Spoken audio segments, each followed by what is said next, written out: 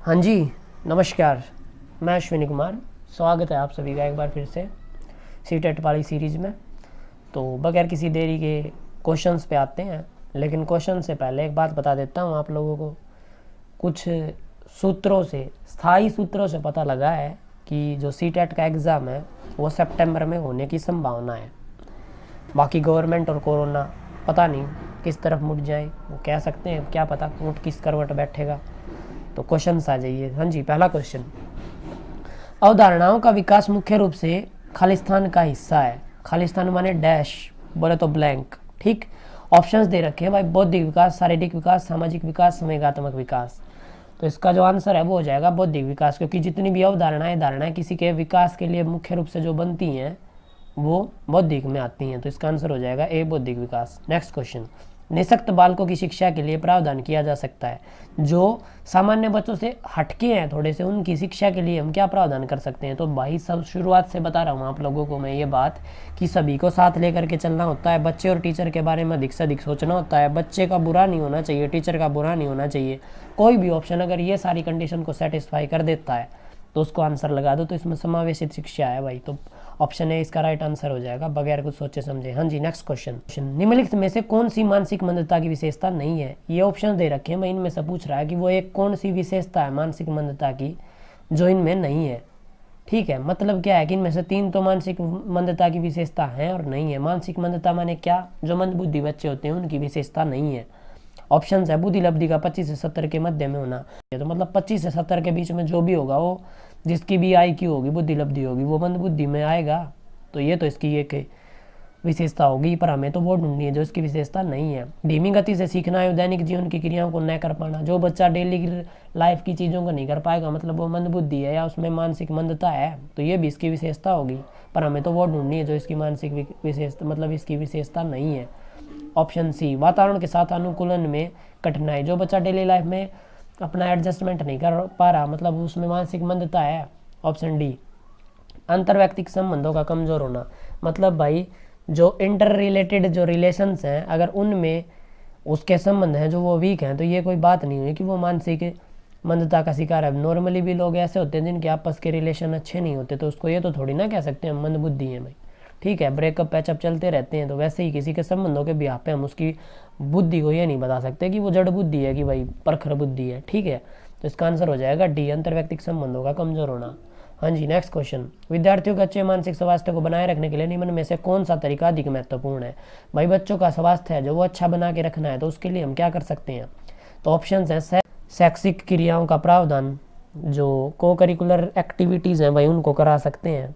Option B है अभिव्यक्ति की स्वतंत्रता। ऑप्शन सी है रुचियों की भिन्नता। और ऑप्शन डी है अध्यापक की भूमिकाएं, विद्यालयी वातावरण। तो ऑप्शन डी इसका आंसर हो जाएगा भाई। क्यों हो जाएगा, क्योंकि एक छोटा बच्चा है वो मैक्सिमम अपना जो टीचर होता है उसी को आइडल मानता है। क्योंकि आपने वो कहानी सुनी होगी ना, वो बच्चे कहते हैं कि मैम ने बोला है हेड माने सर, माई हेड मतलब मेरा सिर, तो बच्चे सोचते हैं कि मैडम का ही सर। ठीक है, तो बच्चों के लिए जो टीचर है उससे बड़ा रोल मॉडल कोई है ही नहीं, तो इसलिए जो अध्यापक जो कराएगा ना वो उसी को लेंगे। तो इसलिए क्या कर सकते हैं हम, अध्यापक की भूमिका और विद्यालय वातावरण। ऑप्शन डी आंसर हो जाएगा। नेक्स्ट क्वेश्चन, कमजोर वर्ग के बालक से तात्पर्य है भाई जो कमजोर वर्ग के बालक हैं मतलब किस वे में कमजोर हैं वो, तो उसके लिए बताना है कि कौन सा है। तो ऑप्शन है ऐसे अभिभावकों के बालकों से जिनकी वार्षिक आय कम है। भाई जो मतलब जिनके पैसे कमाने, जो एक साल में पैसे कमाते हैं वो कम है, उनको वो कमजोर वर्ग के बालक कहेंगे। ऑप्शन बी, ऐसे अभिभावकों के बालकों से जो वंचित वर्ग में आते हैं। ऑप्शन सी, ऐसे अभिभावकों के बालक जो गरीबी रेखा से नीचे आते हैं। या डी, ऐसे अभिभावकों के बालकों से जो सरकार द्वारा निर्धारित न्यूनतम सीमा की वार्षिक आय की सीमा से नीचे के वर्ग में आते हैं।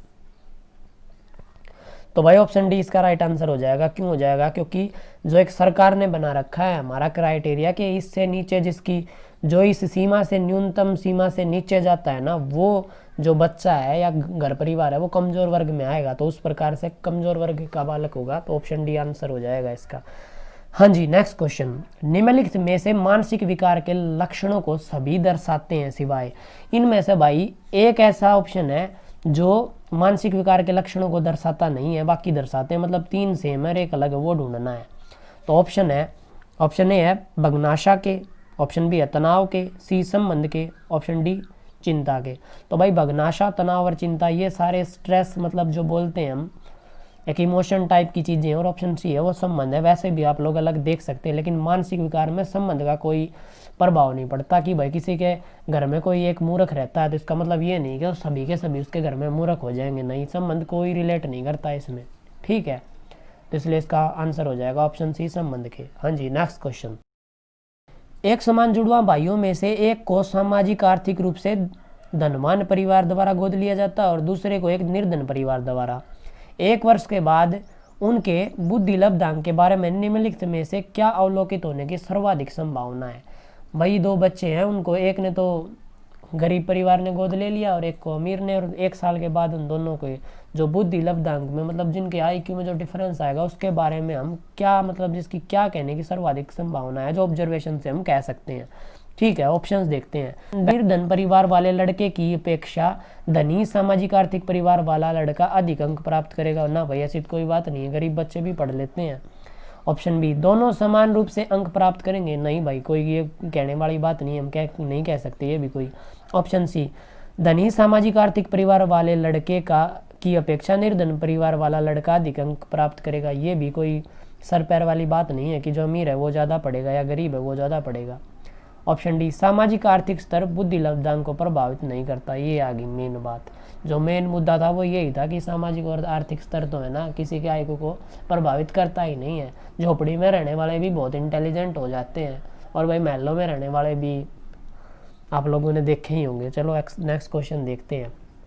प्रतिभाशाली विद्यार्थी, ऑप्शन ए है अपने निर्णयों में आत्मनिर्भर होते हैं। भाई यहीं पे बात खत्म होगी मेरे हिसाब से। तो अपने जो प्रतिभाशाली वही होता है जो अपने निर्णय पे आत्मनिर्भर होता है, खुद लेता है। बाकी ऑप्शन देख लेते हैं। और शिक्षकों से स्वतंत्र होते हैं। नहीं भाई, अध्यापकों की बात मानते हैं वो। ऑप्शन सी है स्वभाव में अंतर्मुखी होते हैं। अंतर्मुखी नहीं भाई, जो प्रतिभाशाली होगा उसके वो अंतर्मुखी कैसे हो सकता है? वो अपना बखान करेगा हर जगह पे, कि वो अपने जो उसका हुनर है, टैलेंट है, उसको दिखाने की पूरी कोशिश करेगा। और ऑप्शन डी है भाई, अपनी आवश्यकताओं को दृढ़तापूर्वक नहीं कह पाते। नहीं भाई, जो एक प्रतिभाशाली बच्चा होगा उसको अगर ये पता होगा कि वो कुछ कर सकता है तो उसको जो चीज़ों की ज़रूरत होगी वो बोल लेगा। तो इस हिसाब से इसका आंसर हो जाएगा पहला, अपने निर्णयों में आत्मनिर्भर होते हैं।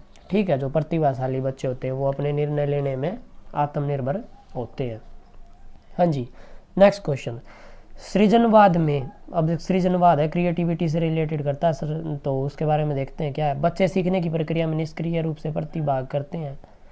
ऑप्शन बी है शिक्षा शिक्षक केंद्रित होती है। ऑप्शन सी शिक्षा बाल केंद्रित होती है। ऑप्शन डी शिक्षा व्यवहारवादी होती है। तो भाई सृजनात्मकता है, जो क्रिएटिविटी है, उसमें बच्चे खुद काम करते हैं। तो इस हिसाब से शिक्षा कौन सी केंद्रित होगी? बाल केंद्रित। ऑप्शन सी इसका आंसर हो जाएगा। हाँ जी, नेक्स्ट क्वेश्चन।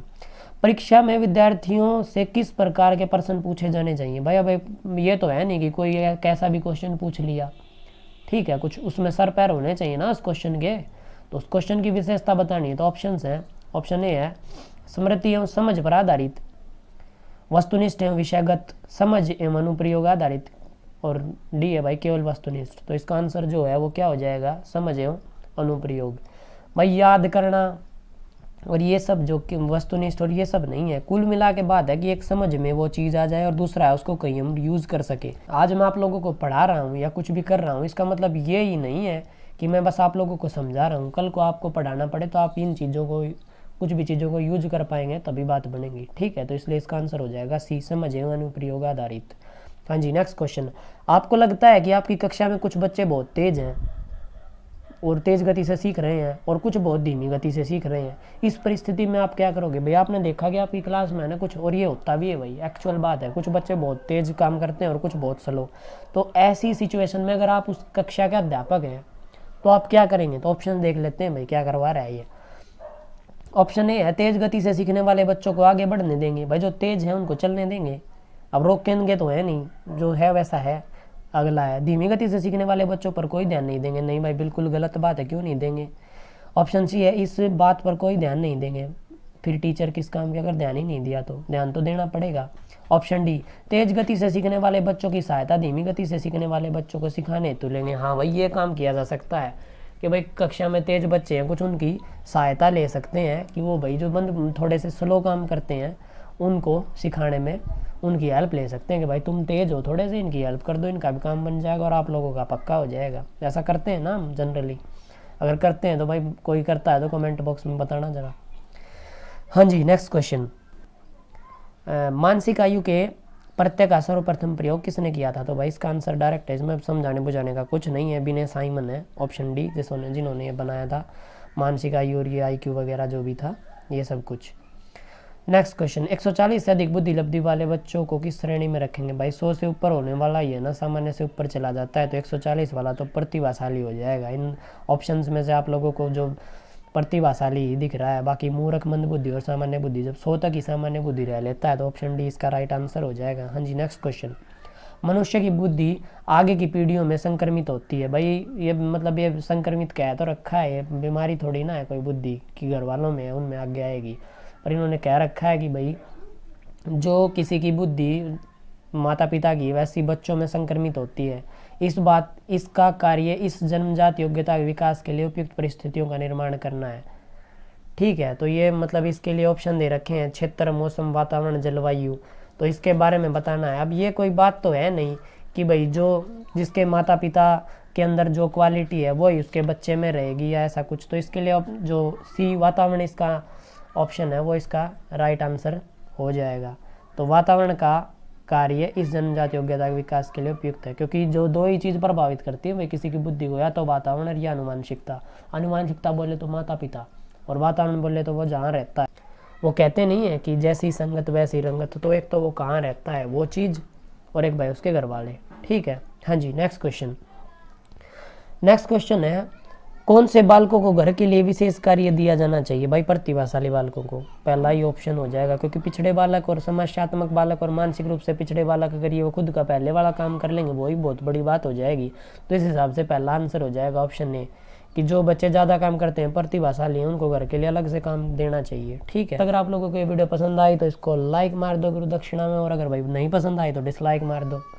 ठीक है, और भाई अगर चैनल ठीक ठाक लगता है तो इसको सब्सक्राइब कर लो। बाकी कोई और आप लोगों का दोस्त CTET, HTET, STET या किसी KVS या DSSS की तैयारी करता है तो भाई वीडियो को उन तक शेयर कर दो। दैट्स इट, धन्यवाद, चलते हैं, राम राम।